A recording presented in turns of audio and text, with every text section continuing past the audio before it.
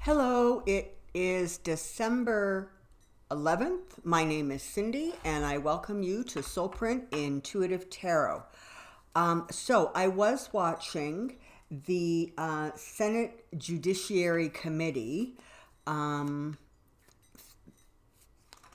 meeting this morning, where the Justice Inspector General Horowitz is, because it's still going on, presenting his findings, which basically say that, Trump was wrong, right?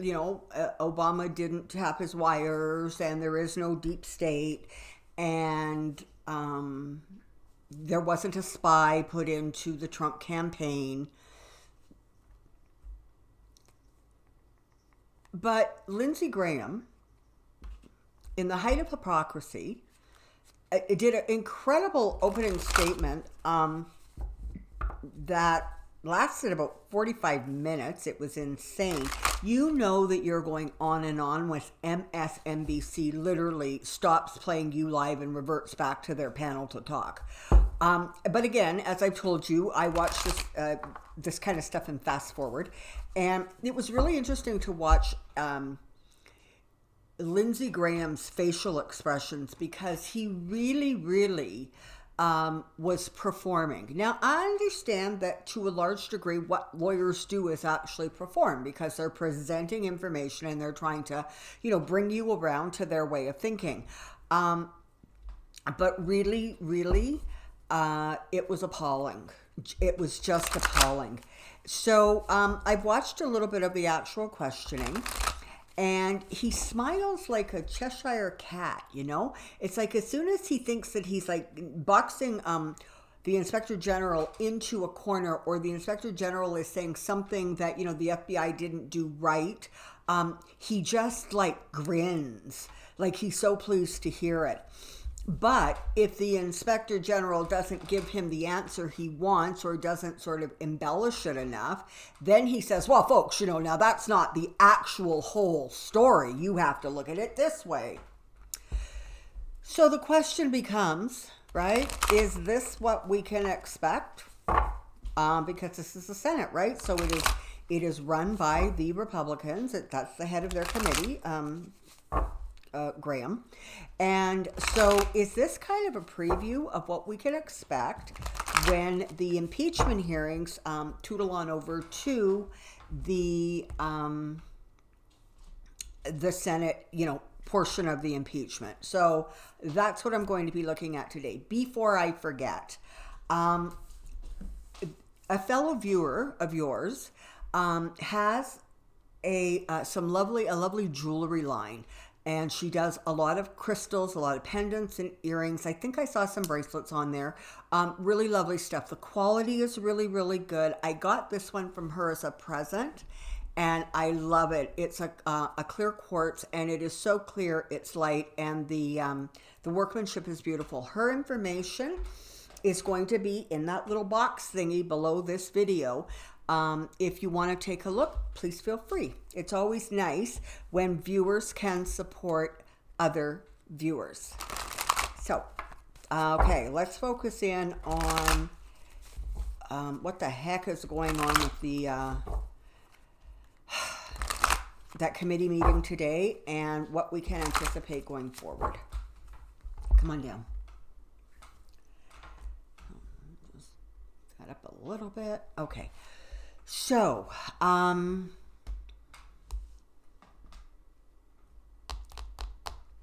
Senate hearings, IG report, Senate hearings, IG report, Senate impeachment hearings, IG report. So let's see if we can get a sort of roundabout look at what's going on here.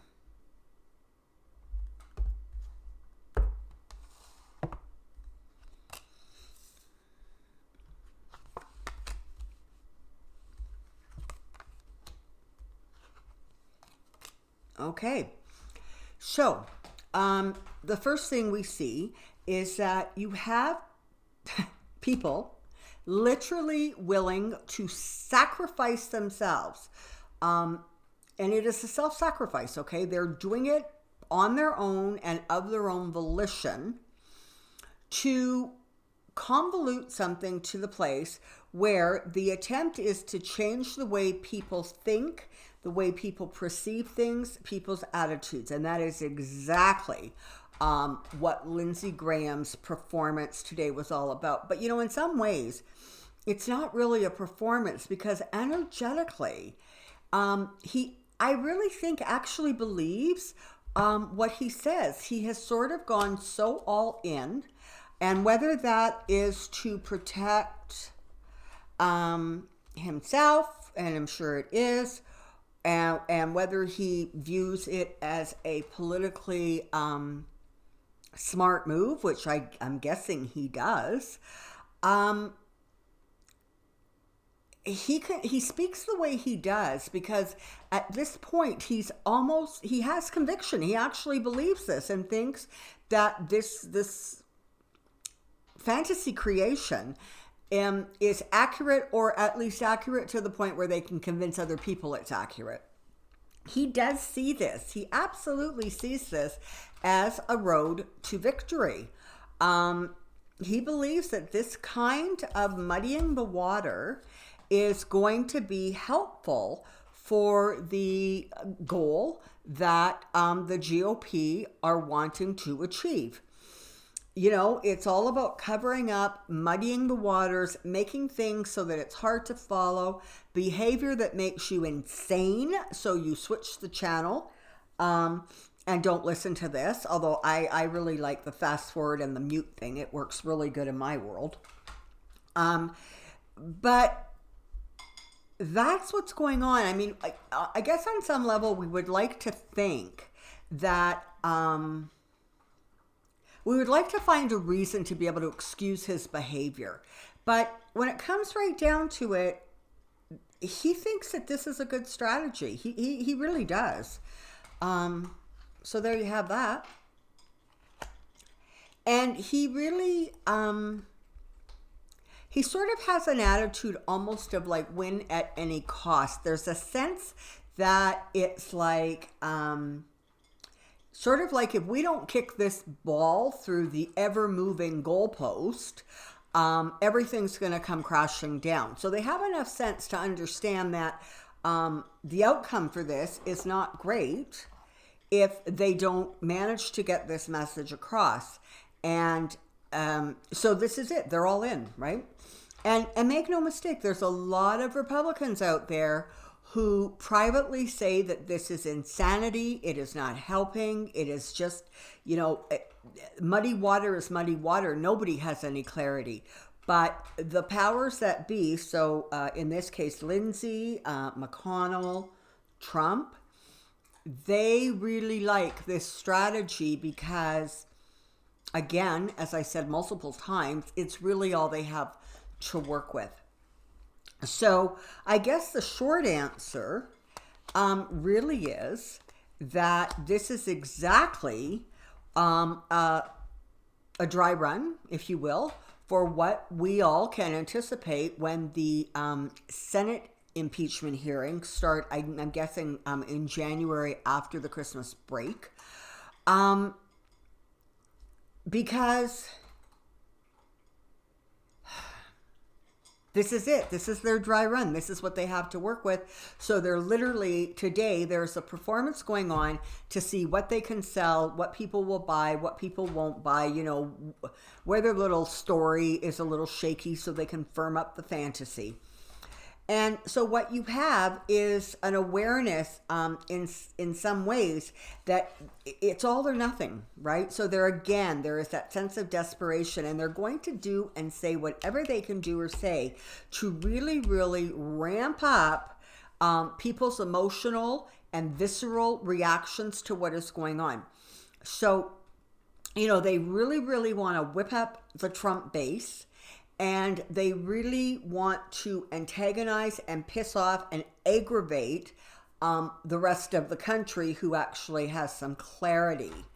And I mean, this has been such a brilliant job of just convincing people that up is down and left is right. And, they believe that it's working. And to be perfectly fair, it is working in some pockets of the country. What I don't think is that it's going to work broadly. And I don't think long term it is going to actually serve the GOP. I have said before, and I have had nothing to indicate that it's changing or will change, or the energy is shifting at this at all right now.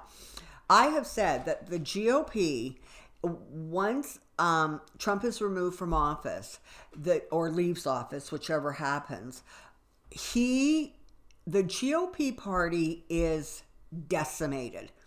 It is not going to regain power and authority, and certainly not the presidency, for decades. Literally 2-3 decades.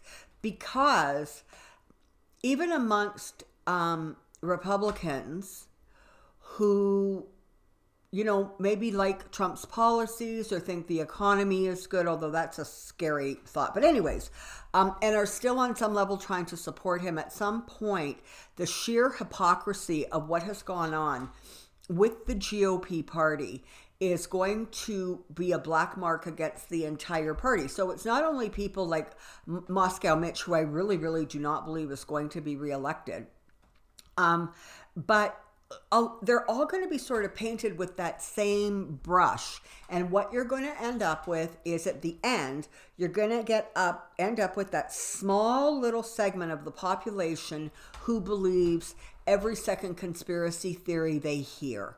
So, that who ultimately is going to end up still thinking that Trump was, chosen. But the rest of the world are going to start seeing with more clarity. And so what you're going to have here is a Republican Party that is incredibly, incredibly diminished going forward. They literally are going to be leaving in disappointment over the choices they made, are going to be left out of the cold because they were busy protecting their own assets. Okay? That's what's going on there.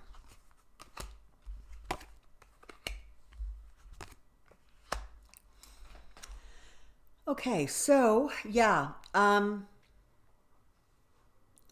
it is really mind-boggling when you think about some of the statements that were made by the Lindsey Grahams and the Ted Cruzes and all the other people of the Republican Party who were who were vying for that nomination back in 2016, how their story has completely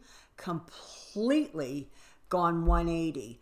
I mean, Lindsey Graham went from calling Trump a kook to calling him the best president since, I don't know, sliced bread, okay?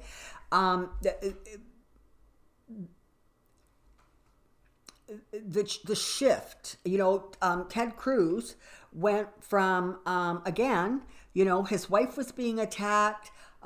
He was accused, his father was being accused of connected to the JFK assassination, but yet he is completely supportive of Trump because he sees Trump as, frankly, his road or his ticket to re-election, because, frankly, the last election in Texas gave him a wee little bit of a scare, huge scare, because the Democrat really, really gave him a run for his money. So, that's kind of what you see playing out and going on. And understand they really are part of the bigger puzzle.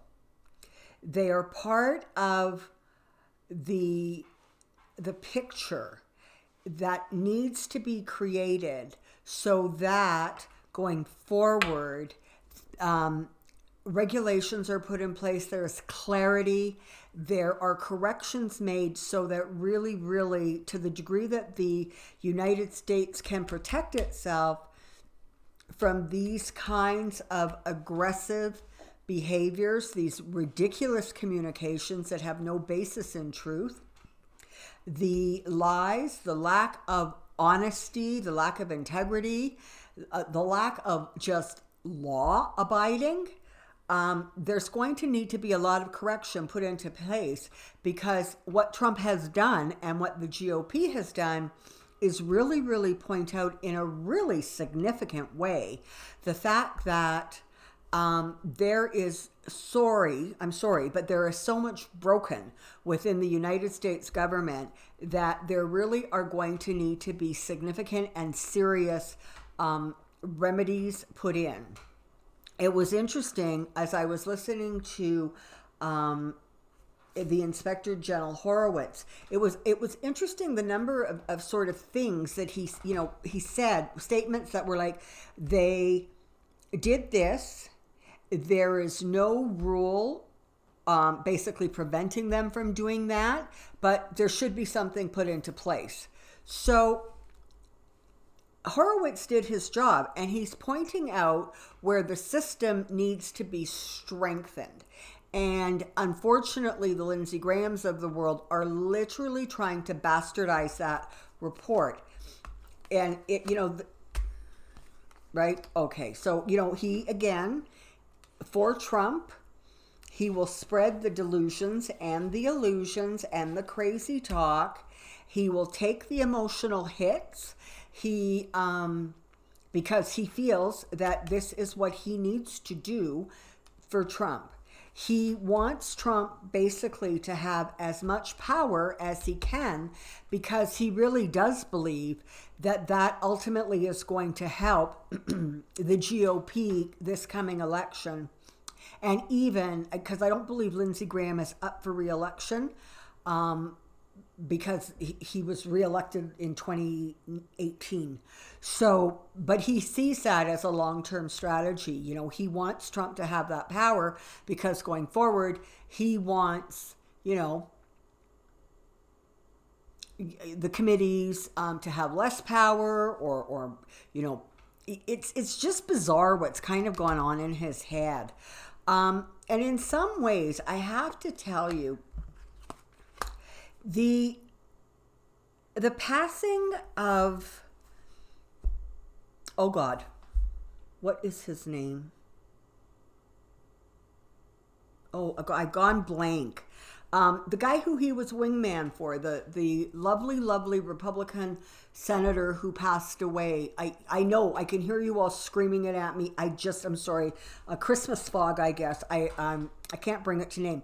But his passing, John McCain's passing, created in Lindsey, it's as if there was, I don't believe that when it came right down to the end, that the two of them were really as close kind of as they maybe had been even just months before. And so in some ways, Lindsey Graham is not processing that grief. He is not dealing with it. And the fact that John was sort of taken away from him really created in Lindsey an overwhelming need to have complete control over things, because John's passing was so out of control, out of, Lindsey's control. And he really feels like now the only way for him to function carrying on forward is to have really tight controls over every aspect that he thinks he can or should control.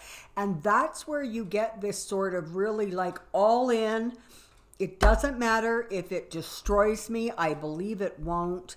But unfortunately for Lindsey Graham, along with GOP, and certainly the House of Representatives people, those people are in huge trouble come the next election for sure, the Republican ones. But it's also seriously going to put the Senate in jeopardy in terms of staying in majority control. I don't actually believe that the Senate is going to be in control after the 2020 election. They have huge tower moments coming down on them. So it's not only Trump who is facing these really significant tower moments and that kind of destruction, right? It is also the GOP, and it is also the people who have the most to hide and therefore have the most to lose. They are going to be the ones that take a fall when the truth comes, barreling down the road. So, continue a communication style that is immature, that is childish, that is negligent, because they are so desperate to hang on to what they have. And certainly in the Senate, I mean, what they have is controlling power of the Senate. That is what is going to save Trump's butt. And so they are going to use every trick in the book, whatever they can do to muddy the waters, to slant the story, to put out an alternative narrative, to encapsulate that base in a bubble so that even when the truth is out there and out there available, people do not hear it. They don't understand it. They don't listen to it. They think it's a lie. So that's what they're about, and that's unfortunately what they're doing. Is it going to get them where they want to go? No. No, it's not. It's really not. They're in for some really disappointing realities, some real letdown, some heartbreak, news that emotionally doesn't make them jump up and do a jig. What they have coming upon them is going to be, the 9 of Wands and the 10 of Swords. Okay, so it's not going to end well for them. And whatever, there's the heartbreak. So whatever comes along as a result of this behavior, again, karmically, it's not going to be good. They're going to be struggling to balance the behavior of this lifetime for many, many existences going forward. And this is just the other thing that I want to pass along.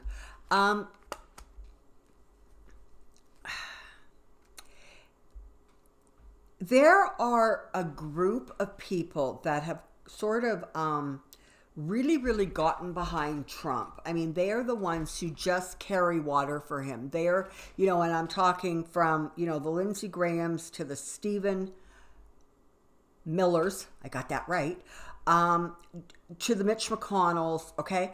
That core group, that really unshakable, almost impenetrable group of people, and there's the Jim Jordans, and there's the Matt Gaetz, and you know the names.